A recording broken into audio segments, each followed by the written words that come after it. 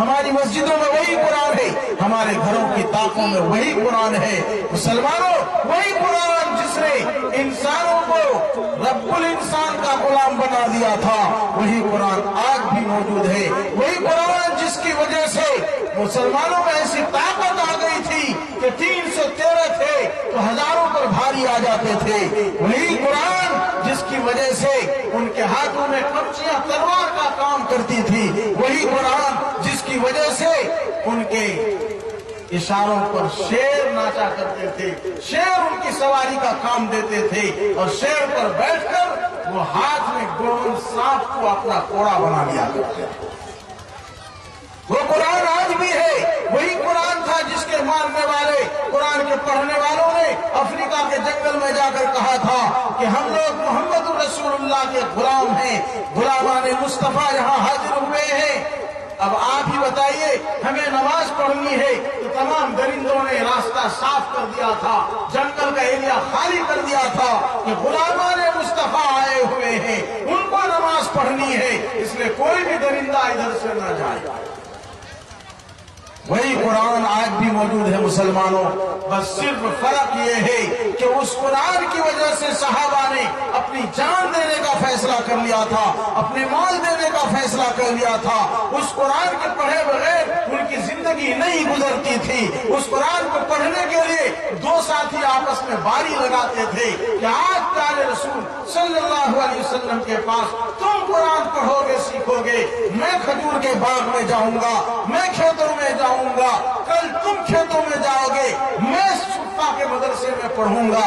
اور آج ہمارا یہ حال ہے کہ ہم باپ بھی جاتے ہیں کھیت میں، بیٹا بھی جاتا ہے کھیت میں، بیٹی بھی بہو بھی کھیت میں، ہم سب کے سب کھیت میں، کھلیان میں، پنچایت میں اور پورے ضلع میں، پوری دنیا میں پھیل جاتے ہیں۔ ہم سب کمانے میں لگ گئے، ہم قرآن کو پسے پشت ڈال دیے، ہم نے قرآن پڑھنا نہیں سیکھا، قرآن پر عمل کرنا نہیں سیکھا۔ میرے بھائیوں، وہ وقت تھا کہ وہ قرآن کے بغیر آگے بڑھنا گوارا نہیں کرتے تھے۔ وہ وقت تھا کہ جب ایک مسلمان کو نبی کا نام لینا مشکل تھا، نبی کی مجلس میں جانا مشکل تھا، نبی کے دیوانگی کا اظہار کرنا مشکل تھا، نبی کے بارے میں کہنا مشکل تھا کہ میں محمد رسول اللہ کا ماننے والا ہوں۔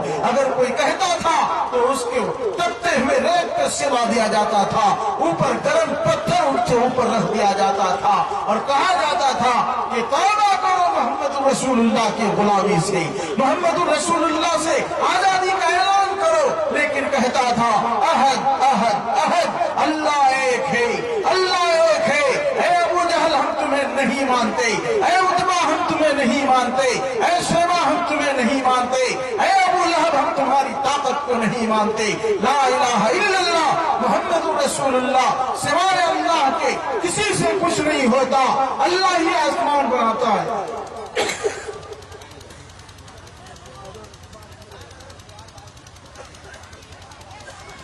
اللہ ہی نے آسمان بنایا،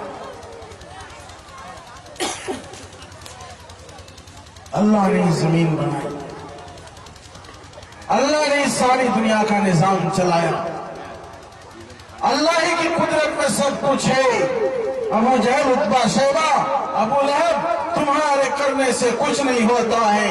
تم اپنی طاقت پر غرور کرو، تم اپنے گھمنڈ میں رہو، تم اپنی دولت اور ثروت اور حکومت کے نشے میں رہو، ہم تم سے گھبرانے والے نہیں ہیں۔ ہم محمد رسول اللہ کی غلامی کا اعلان کر چکے ہیں، اب ہمیں اس غلامی سے کوئی آزاد نہیں کر سکتا ہے۔